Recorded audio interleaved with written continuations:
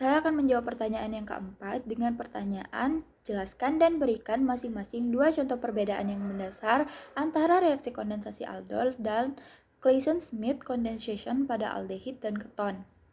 Reaksi kondensasi itu sendiri merupakan sebuah reaksi di mana dua molekul yang kecil akan bergabung dan membentuk suatu molekul yang besar. Dengan atau tanpa hilangnya suatu molekul yang kecil tersebut, misalnya molekul itu berupa air.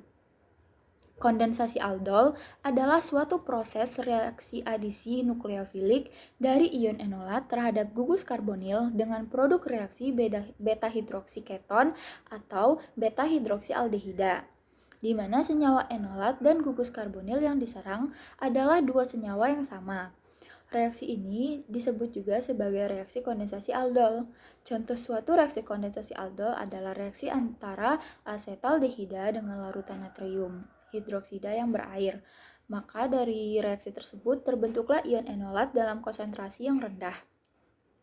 Reaksi ini berjalan secara reversibel, yaitu pada saat ion enolat ini bereaksi, maka akan terbentuk lagi ion enolat yang baru. Ion enolat yang bereaksi dengan suatu molekul aldehida lain dengan cara mengadisi pada karbon karbonil untuk membentuk suatu ion alkoksida dan kemudian akan merebut sebuah proton dari air untuk menghasilkan aldol dari produk tersebut.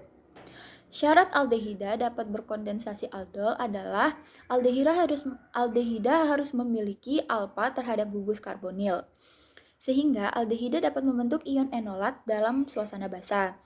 Suatu senyawa karbonil beta hidroksi seperti sebuah aldol mudah mengalami dehidrasi karena ikatan rangkap dalam produk berkonjugasi dengan gugus karbonilnya. Bila dehidrasi menghasilkan suatu ikatan rangkap yang berkonjugasi dengan suatu cincin aromatik, maka dehidrasi dapat berlangsung secara spontan. Kata aldol diturunkan dari aldehida dan alkohol, yang merupakan produk dari aldehid beta hidroksi yang bila direaksikan dengan alkil aldehida dan alkil keton. Dalam kondisi sedikit asam maupun sedikit basa, keton mempunyai minimal satu atom hidrogen alfa dan akan kehilangan proton yang kemudian akan menyerang aldehid dan membentuk suatu produk aldol. Reaksi ini lebih spesifiknya dikenal sebagai reaksi kondensasi Claisen-Smith. Reaksi kondensasi Claisen-Smith ini melibatkan dua senyawa etar. Reaksi kondensasi Claisen-Smith ini merupakan sebuah reaksi kondensasi aldol silang yang melibatkan penggunaan senyawa aldehid aromatik dan senyawa alkil keton atau aryl keton sebagai reaktannya.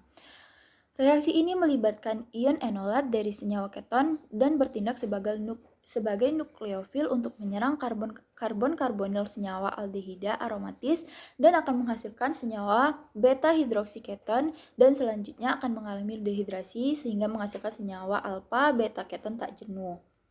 Reaksi kondensasi Claisen-Smith ini merupakan metode yang paling sering digunakan karena reaksinya sederhana serta bahan bakunya mudah didapat dan ramah lingkungan.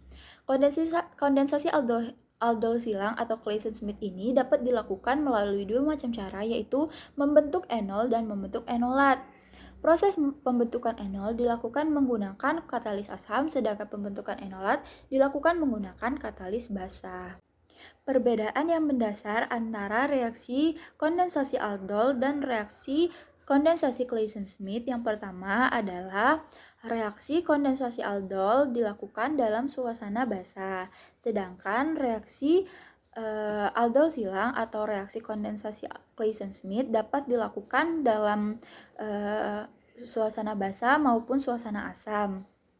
Dan perbedaan yang kedua adalah produk reaksi. Produk reaksi dari kondensasi aldol adalah beta hidroksiketon atau beta hidroksialdehida.